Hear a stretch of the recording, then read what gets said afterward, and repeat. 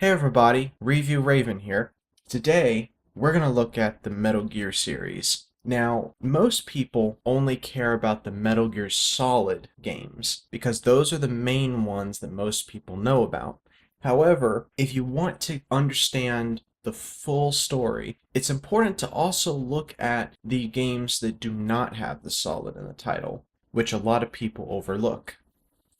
Before I get into any specific games, let me just say that the Metal Gear Solid series was originally developed by Hideo Kojima in 1987 for the MSX2 computer system. Now, the original MSX2 game, it was originally intended to be an action game with just regular military combat. It was just supposed to be your typical run-of-the-mill game.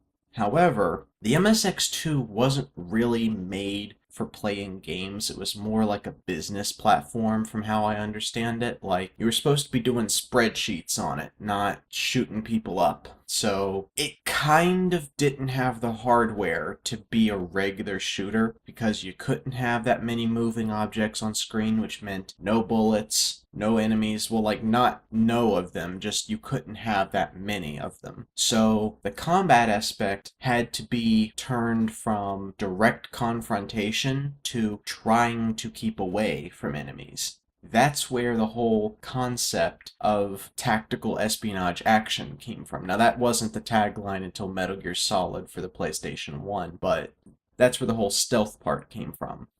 The whole idea of having to rescue Gray Fox from outer heaven, that whole thing came from the movie The Great Escape, which is referenced in Metal Gear Solid 3 directly, but it's kind of like that influenced the little plot part for the first game.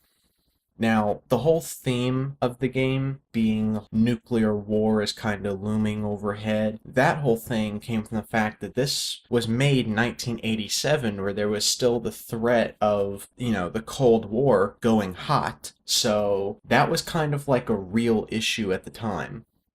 Now, if you've looked at the cover of the original Metal Gear game, actually, you can look at the cover for the NES game too. The picture is basically just a trace of a scene from the Terminator movie. That's Kyle Reese, basically. So, yeah, Snake is Kyle Reese, but he's also supposed to be, he's kind of supposed to be like Snake Plissken from Escape from New York. So it's basically just take all your favorite 80s movies, smash them into one. There you go. That's the visual influence of the Metal Gear games.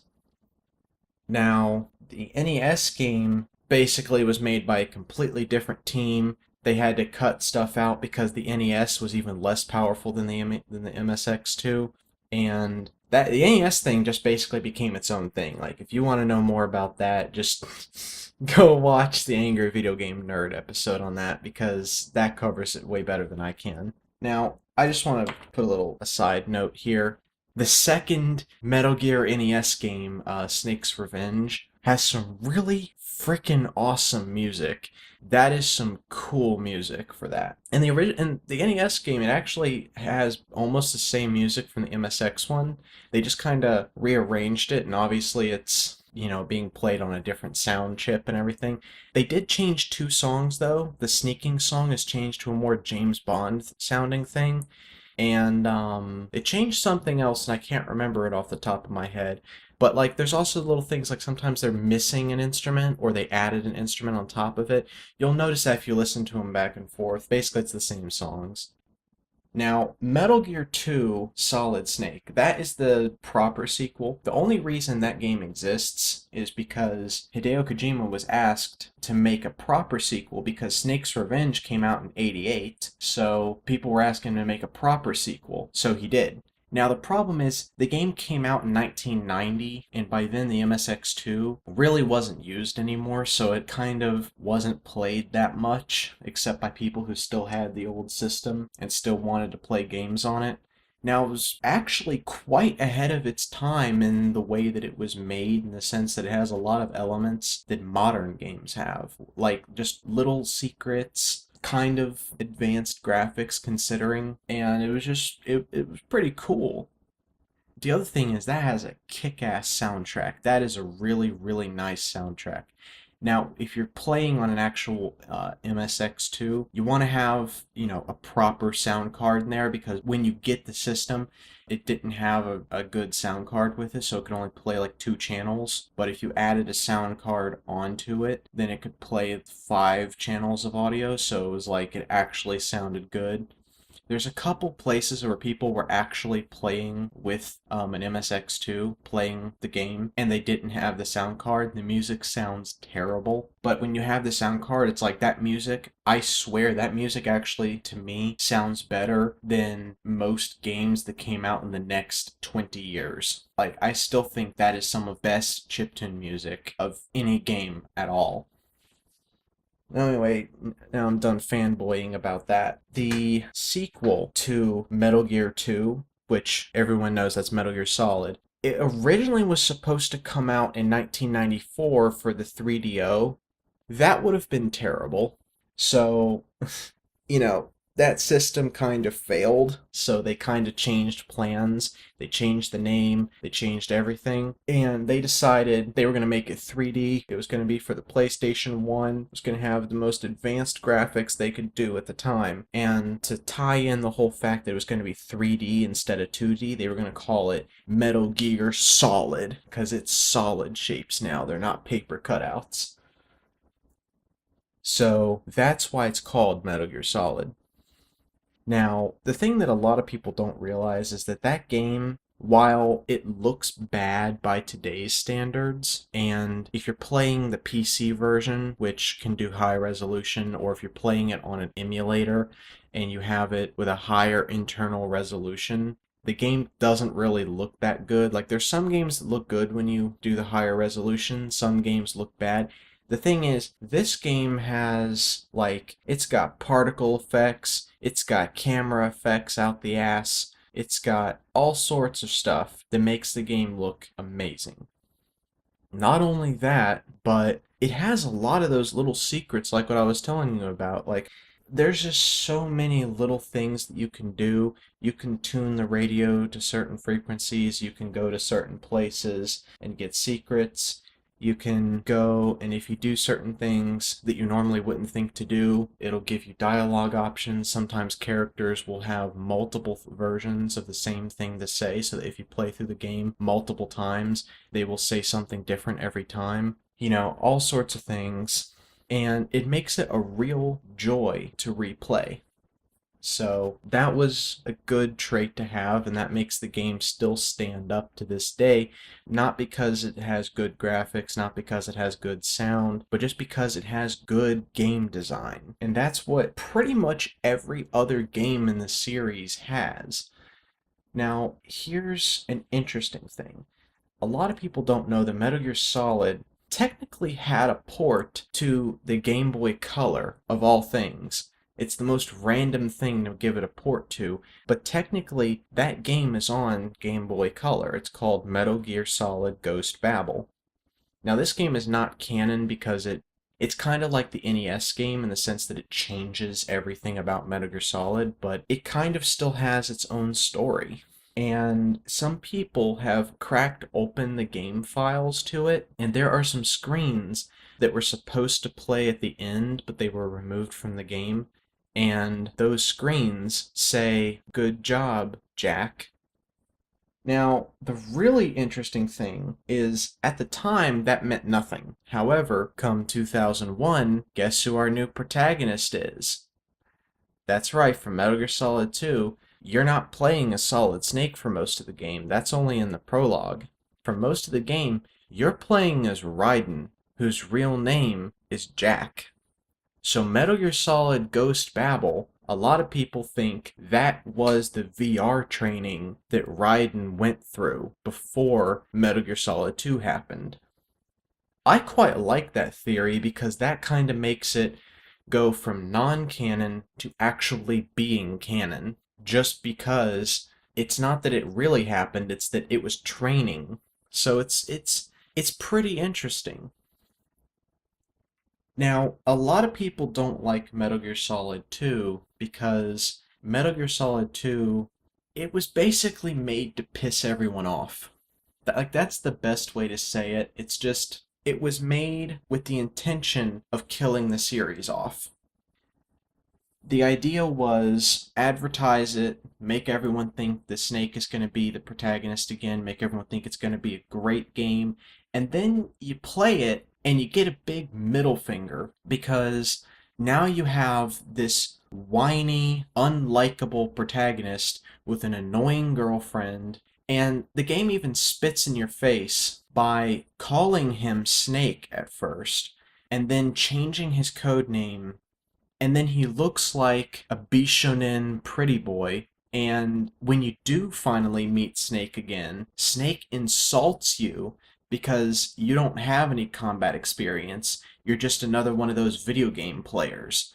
The game is basically constantly trying to get you to stop playing it.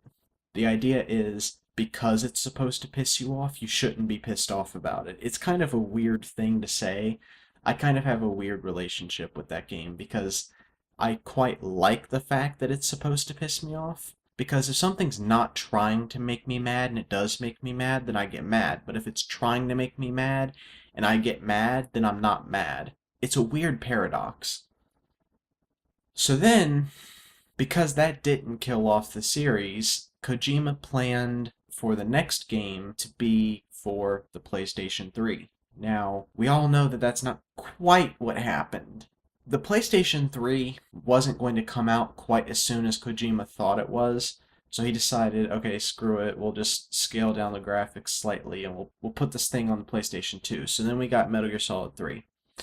When that game originally came out, the camera kind of made it impossible to play just because it used the same camera style from the first two Metal Gear Solid games, but the setting makes that bad. See, Metal Gear Solid 1, you're going around a research facility. So you got square walls, square rooms, an overhead camera works fine. Metal Gear Solid 2, you're running around a oil rig. It's metal. It's got lots of open things, lots of square rooms. Like, it's angular and it's regular. It's got pattern to it. It's easy to just slap an overhead camera on that or put, a first person view there. You're fine. But then Metal Gear Solid 3 comes around, and the problem is you're now in the jungle. There's points where you go into a building, but a lot of the game you're out in nature, and nature doesn't do too well with an overhead camera when you can't see anything. See, in the original Metal Gear Solid, there's points where the camera makes it difficult to figure out where things are, but it's like it's okay because it only happens occasionally. In Metal Gear Solid 2, sort of same thing, sort of. Metal Gear Solid 3, the entire game is nearly impossible if you have that camera, so they had to re-release the game the next year and add a new camera option, and then the game was playable. Now, most people were probably okay with Metal Gear Solid 3 when it first came out. There's no way I would be able to play Metal Gear Solid 3 without the new camera. Now, Metal Gear Solid 3 is a lot of people's favorite game, probably because it has some of the best gameplay. It's got good difficulty settings to it in the sense that it's like, you know how a lot of games, there's no difference in difficulty. The difficulty only determines like how many times you have to punch something before it's dead. Metal Gear Solid 3, and also the previous games too, but like especially Metal Gear Solid 3, it actually changes the behavior of everything.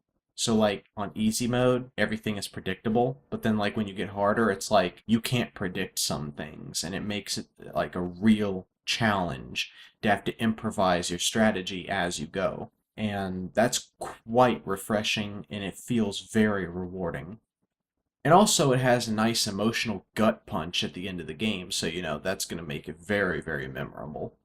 And it's not one of those bullshit gut punches like I see a lot of games where it's like, oh, look, you're got a best friend. Now they're dead. Fuck you. That's not what this game does. It does almost exactly the opposite, and it is glorious.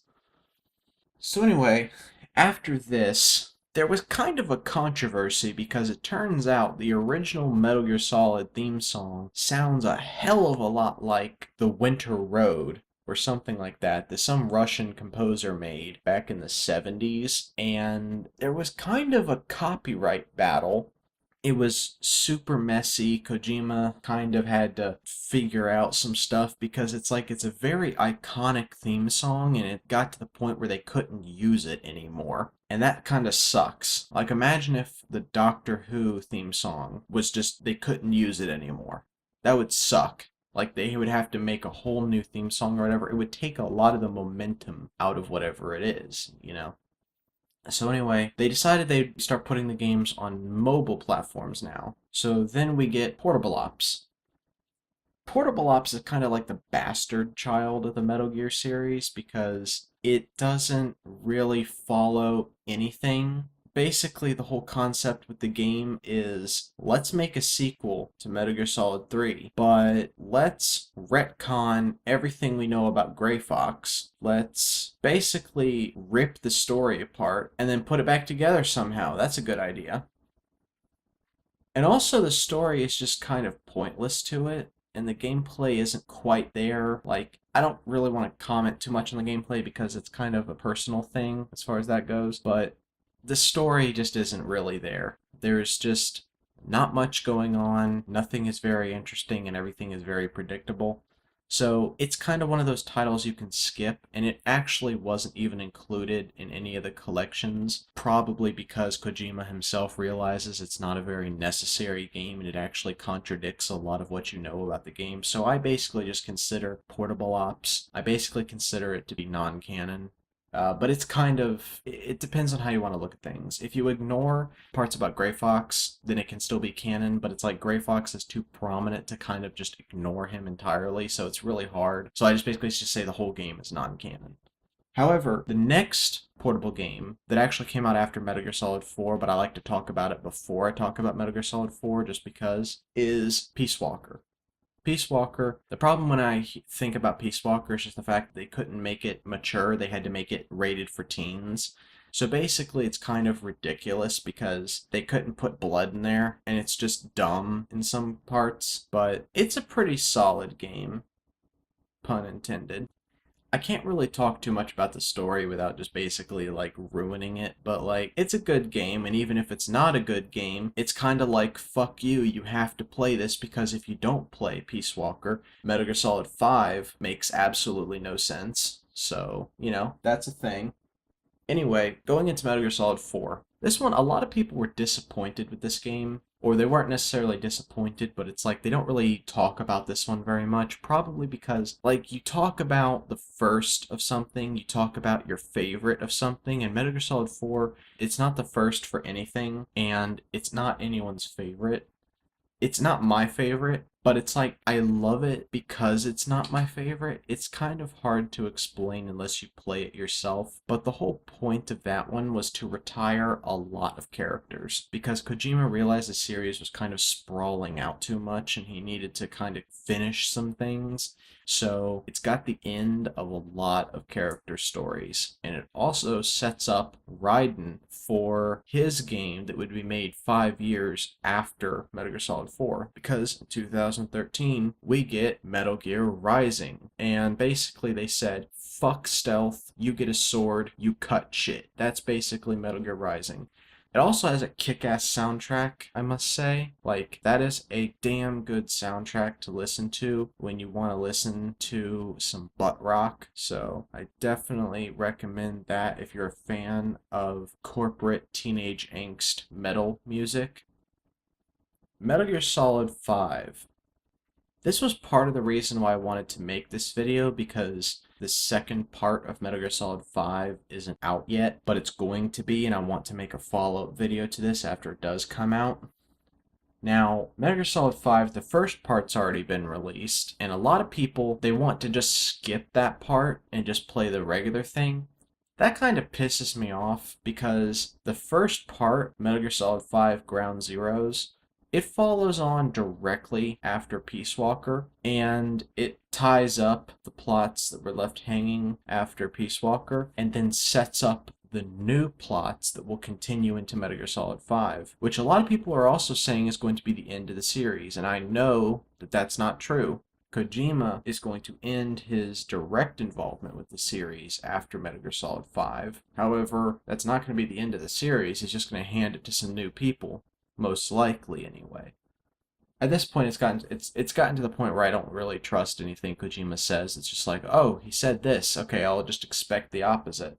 Still, here's the thing. With Metal Gear Solid 5, a lot of people were offended by some of the content in Ground Zeroes. Probably because if you're playing right after you've played Peace Walker, it's kind of like you just went from watching a Disney movie to watching Saw.